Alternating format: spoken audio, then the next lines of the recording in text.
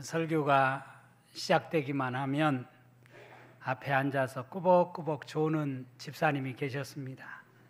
그래서 어느 날 목사님이 그 집사님을 불러서 조용히 물어봤어요. 설교 때마다 조시는데 무슨 이유가 있나요? 이렇게 물었어요. 그러자 그 집사님이 이렇게 말하는 겁니다. 그야 설교가 시작되면 제 마음이 안심이 되기 때문이에요. 그렇게 대답을 하더랍니다. 그게 무슨 말씀이죠? 그렇게 다시 반문하니까 우리 목사님 설교가 교리적으로도 맞고 내용도 좋고 또 이단적인 그런 주장도 하지 않기 때문에 제가 안심이 됩니다. 그래서 졸음이 오는 것 같아요. 이렇게 대답을 하더랍니다. 우리 교회는 다행히 별로 조는 분이 없어요. 그래서 참 감사하게 생각하는데 제가 설교를 잘 못해서 조는 것이 아닌가, 조는 분이 없는 것 아닌가 하는 생각이 듭니다. 병 주고 약 준다라고 하는 말이 있습니다. 병 주고 약 주네, 이런 표현을 우리가 많이 써요. 이 속담은 누군가가 문제를 일으키고 나중에 그 문제의 해답까지 제시하는 경우를 일컫는 말이라고 합니다. 우리는 때로는 병 주고 약 주는 경우가 많이 있어요. 오늘 저는 병과 죄, 이런 제목으로 말씀을 함께 나누려고 합니다. 병은 언제부터 시작되었을까요? 모르긴 해도 아담 이후에, 에덴을 잃어버린 인간 아담 이후에 질병이 인간에게 찾아와서 오늘날까지 계속되고 있지 않을까 생각을 합니다. 병과 죄는 어떤 관계가 있을까요? 전혀 관계가 없을까? 분명 우리는 병과 죄가 연관이 있다라고 생각하면서 살아가고 있지는 않는가, 그런 생각을 하게 됩니다. 구약 성경에 욥기라고 하는 책이 있습니다. 이 욥기는 동방의 의인으로 불리는 욥이 이루 말할 수 없는 고통을 당하는, 고난을 당하는 이야기로 가득 차 있습니다. 그런데 문제는 이 욥이 고난을 당할 때, 고통 가운데 있을 때 그를 위로한답시고 찾아온 3명의 친구들이 있지요. 빌닷과 소발과 엘리바스라고 하는 3 친구가 찾아와서 위로의 말을 건넨다고 여러 가지 이야기를 합니다. 그런데 문제는 그들의 말이 욥에게는 별로 위로가 되지 않는 것이었어요. 오히려 욥의 그 마음을 더 후벼파고 더 괴롭게 만드는 그런 말들이었다라고 하는 사실을 우리는 알 수가 있지요. 그 이후에 또 연장자인 나이가 많은 엘리후라고 하는 사람도 찾아와서 욥에게 이야기하지만 그의 말조차도 욥에게는 별로 도움이 되지 않았다라고 하는 사실을 우리가 욥기의 말씀을 통해서 알 수가 있습니다. 그러니까 욥기의 주제는 욥이 당하는 고난이 죄의 결과는 아니라고 하는 것을 말하고 있는 것 아니겠습니까? 물론 그렇다고 해서 누구도 하나님 앞에서 자신의 무죄를 주장할 수는 없다고 생각합니다. 인간이 당하는 고난을 인과응보의 논리로 이렇게 말할 수는, 설명할 수는 없다라고 하는 사실을 이 욥기라고 하는 책을 통해서, 말씀을 통해서 우리에게 다시 한번 인지시켜 주고 있습니다. 하지만 그럼에도 불구하고 많은 그리스도인들이 불행이나 고난을 닥쳤을 때 그 모든 것이 다 죄의 결과가 아닌가, 라고 생각하는 것이 일반적인 생각입니다. 질병이나 사업의 어려움, 특히 자녀가 어려움을 당하거나 고통을 당할 때 부모의 심정은 누구나 할 것 없이 내가 무슨 잘못을 해서 우리 새끼가 저렇게 어려움을 당하는 것은 아닐까라는 생각을 가진 것이 보통 인간들의 생각입니다. 여러분, 그런데 성경은 그게 아니라는 거예요. 그것이 아니라는 거예요. 요한복음 9장에 보면 날 때부터 맹인된 사람을 보고 제자들이 주님께 물었죠. 랍비여, 이 사람이 맹인으로 난 것이 누구의 죄로 인함이니까? 자기니까? 아니면 그의 부모니까? 이렇게 질문을 던집니다. 그러자 주님께서 이렇게 말씀하셨어요. 이 사람이나 그 부모의 죄로 인한 것이 아니라 그에게서 하나님이 하시는 일을 나타내고자 하심이라. 그 사람의 죄도 아니고 그 부모의 죄도 아니야. 그 사람을 통해서 하나님이 하시고자 하는 일을 나타내고자 하심이야. 주님이 그렇게 말씀을 하셨어요. 오늘 본문은 예수께서 한 중풍병자를 고치신 이야기입니다. 예수의 모든 치유 이야기가 그렇듯이 이 이야기도 단순히 치유가 목적이 아님을 알 수가 있어요. 이 중풍병자의 치유 이야기를 통해서 성경이 우리에게 말하고자 하는 분명한 메시지가 있다고 하는 것을 우리는 오늘 본문의 말씀을 통해서 발견할 수 있습니다. 이 이야기는 한 중풍병자가 고침을 받은 이 이야기는 마가복음에만 기록된 것이 아니라 마태복음에도 누가복음에도 공관복음서 모든 복음서에 다 공이 기록되어져 있는 이야기입니다. 오늘 1절 말씀은 이렇게 시작이 되고 있어요. 수일 후에 예수께서 다시 가버나움에 들어가시니 집에 계시다는 소문이 들린지라. 발 없는 소문이 천리를 간다는 우리 옛 속담이 있습니다. 그래요. 발 없는 말이 천리를 갑니다. 예수께서 가버나움에 또 찾아오셨다는 소문이 들린 거예요. 그래가지고 갈릴리 지방 여기저기에 살고 있는 사람들이 예수께 몰려들게 된 것이죠. 엄청나게 많은 무리가 몰려들었다라고 하는 사실을 우리가 알 수가 있습니다. 우리는 지난 주일 주님께서 가버나움에 들어가셔서 귀신 들린 자를 고쳐주셨고 베드로의 장모의 열병을 고쳐주신 이야기를 말씀을 함께 나누었습니다. 그런 가버나움에 주님께서 수일 후에 또다시 들어가셨다는 이야기입니다. 예수께서 들어가신 집이 누구의 집이었는지는 정확히 알 수가 없습니다. 마가도 굳이 누구의 집이었는지 밝히고 있지 않아요. 그 집이 시몬의 집이었는지 아니면 또 다른 누구의 집이었는지 그것에 대해서는 별로 관심을 두고 있지 않습니다. 다만 분명한 사실은 어떻게 알았는지 예수가 가버나움에 다시 찾아왔다는 이야기를 듣고 여기저기서 사람들이 그 집에 예수가 있는 집에 가득 차게 되었다라고 하는 사실을 말씀을 하고 있습니다. 이런 상황 속에 오늘 이야기의 한 주인공이 등장을 합니다.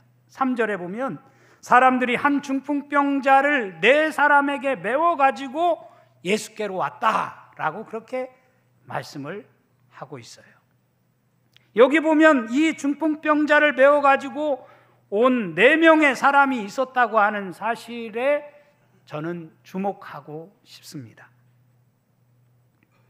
저는 이 장면을 보면서 참 그래도 이 중풍병자는 행복한 사람이 아니겠는가 라는 생각을 해보았어요. 그의 상태가 어느 정도였는지 모르지만 그래도 그를 예수께 데려가고자 하는 주변 사람들, 특별히 4사람이나 있었다라고 하는 사실에 저는 오늘 본문의 이 말씀에 키포인트가 있다라고 하는 생각을 했습니다. 요즘 많은 사람들은 무슨 병에 걸렸을 때 그것이 마치 자신의 부끄러움인 양 그것을 남에게 드러내는 것 좋아하지 않습니다. 감추려고 합니다. 사실은 병에 걸렸을 때 우리는 그것을 오픈할 수 있어야 돼요. 병은 자랑하라고 했어요. 병에 걸린 것이 잘못된 것이 아닙니다. 병에 걸릴 수 있어요. 그것을 드러낼 수 있는 용기가 있어야 되고 드러내야 합니다. 그래야 고침받을 수가 있는 것입니다. 여러분 주변에는 이렇게 나를 돕기 위해 예수께 데려올 수 있는 사람, 4사람이 여러분 주변에 있는지 모르겠어요. 그런 사람이 있는 사람은 행복한 사람인 줄로 믿습니다. 아무튼 4명의 사람들이 그를 떼매고 예수가 있는 집에 들어가려고 했더니 도저히 사람들이 많아서 접근할 수가 없었다는 말씀이죠. 4절 말씀 볼까요? 무리들 때문에 예수께 데려갈 수 없으므로 그 계신 곳에 지붕을 뜯어 구멍을 내고 중풍병자가 누운 상을 달아내렸다라고 말씀을 합니다. 저들이 선택한 방법은 지붕을 뜯어서라도 떼매고 저를 예수께 데려갔다는 이야기죠. 오늘날 우리 집의 구조로는 도저히 상상이 안 되는 일입니다. 하지만 당시 이스라엘 집들을 생각해 보면 충분히 가능한 일이었다고 말합니다. 이스라엘 집의 지붕은 덤불이나 갈대의 진흙을 이겨서 평평하게 만든 것이었기 때문에 사람들이 쉽게 그것을 뜯어낼 수가 있었다는 겁니다. 그러나 아무리 그렇다 손치더라도 이렇게까지 해서 예수께 나아가야 되느냐라고 하는 문제는 또 다른 별개의 문제이겠죠.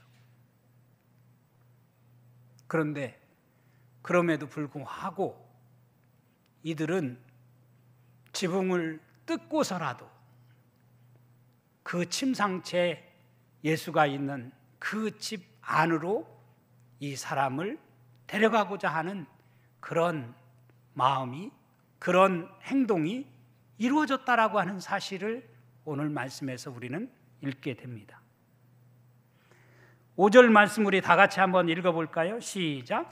예수께서 그들의 믿음을 보시고 중풍병자에게 이르시되 작은 자야 내 죄사함을 받았느니라 하시니. 이 말씀이 오늘 본문의 말씀의 핵심적인 메시지라고 저는 생각합니다. 먼저 예수께서 그들의 믿음을 보시고 라고 말씀을 하고 있어요. 여러분, 보통 그 사람의 믿음으로 우리가 치유를 받는다고 생각하지 않습니까? 그런데 오늘 주님께서는 그 중풍병자의 믿음이 아니라 그를 떼매고 온 4사람, 그들의 믿음을 보시고 이 중풍병자에게 내가 죄사함을 받았다라고 말씀을 하셨습니다.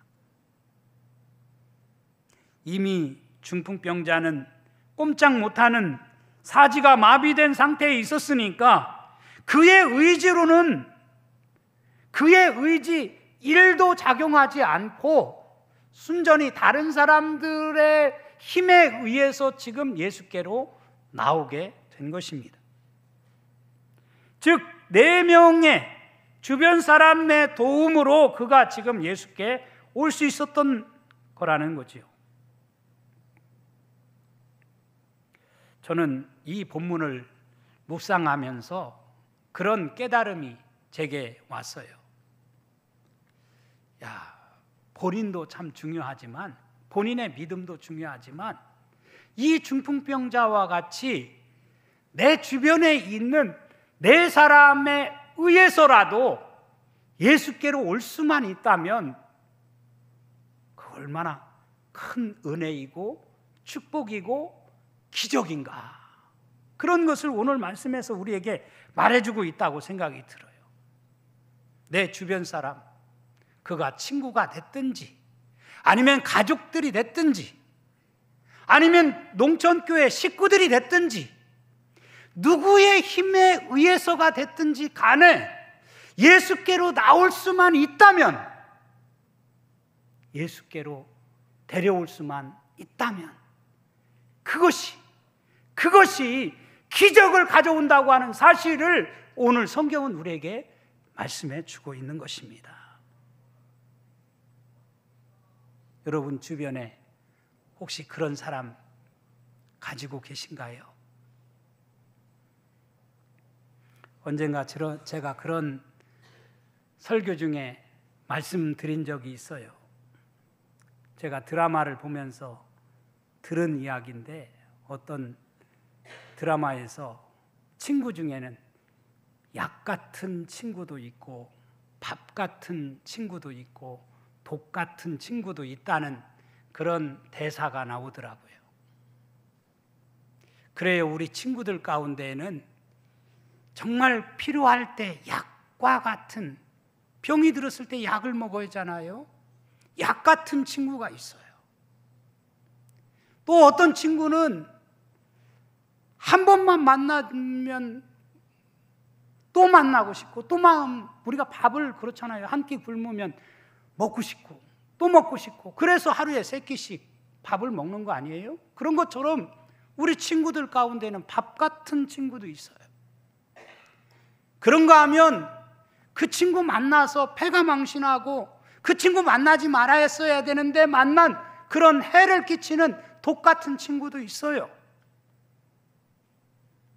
저는 여기 4명의 친구들이, 4명의 이웃들이, 4명의 농촌교회 다니는 성도들이 예수께 데려옴으로 인해서 이 사람의 인생이 달라지고 변화되어지고 낫게 되어지는 놀라운 역사가 일어난 것을 보면서 우리의 인생 가운데에도 이런 역사가 일어나도록 만드는 주인공이 되어야 되겠다라는 생각을 하게 되었습니다.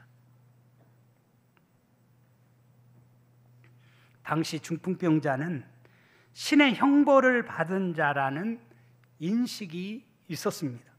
그러기에 이런 신의 형벌을 받은 자와 가까이 한다고 하는 것은 그 형벌을 같이 받는 그런 상황에 처하게 될 수 있는 위험이 있다라고 많은 사람이 생각을 했어요.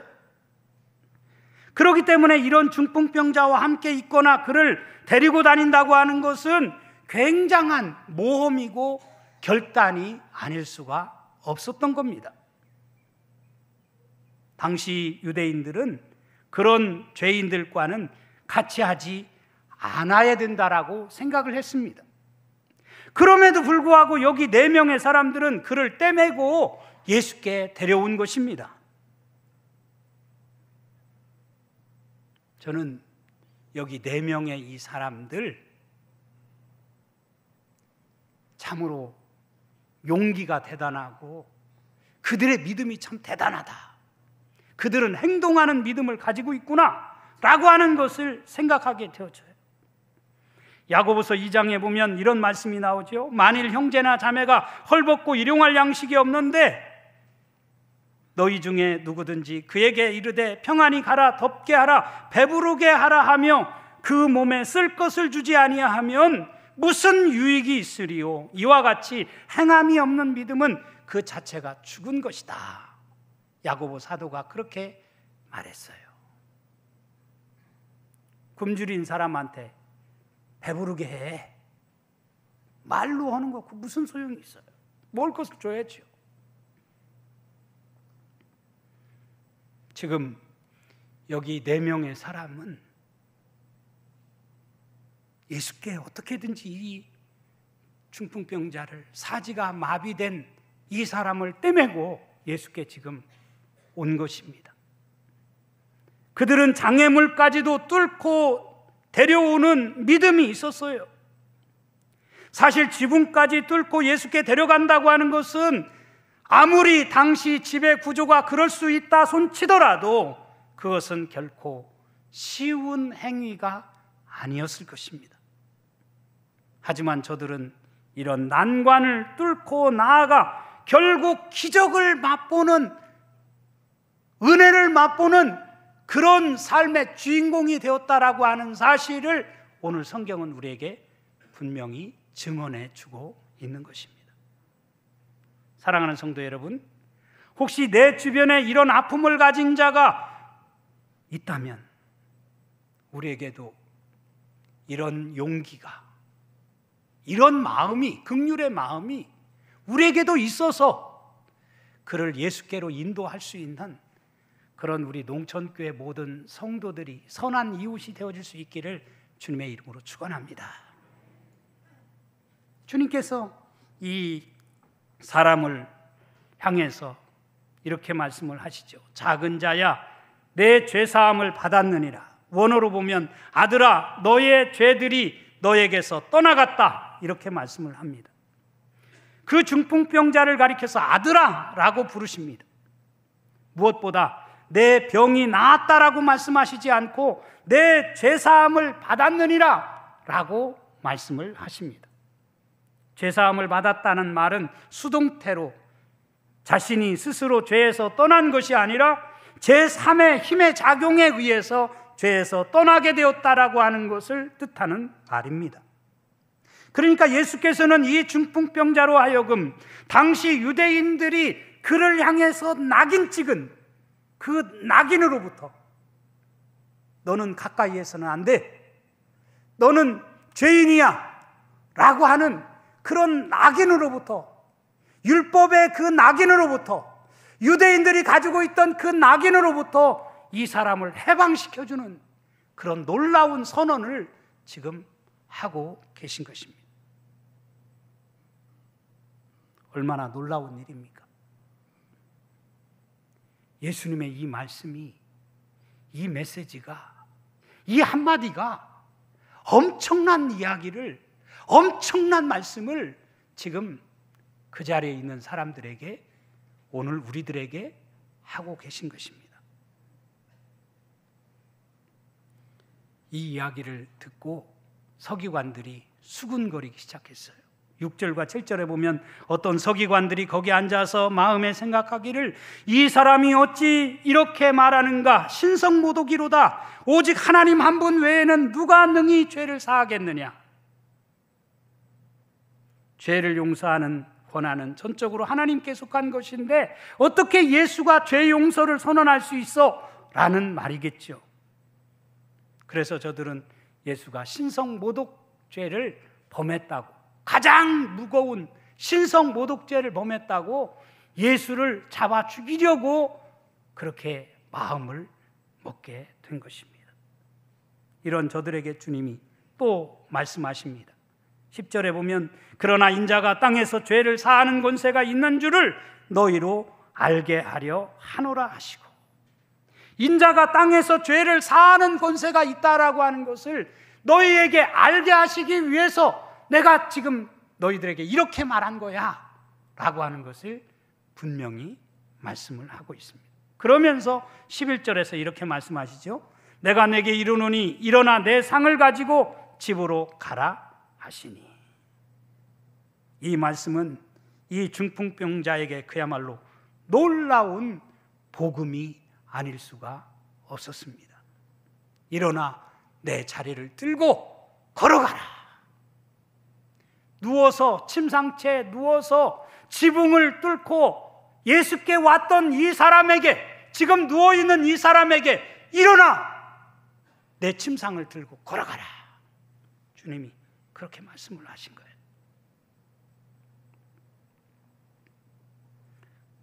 그래서 12절에 보면 그가 일어나 그 상을 가지고 모든 사람 앞에서 나가거늘 그들이 다 놀라 하나님께 영광을 돌리며 이르되 우리가 이런 일을 도무지 보지 못하였다 하더라.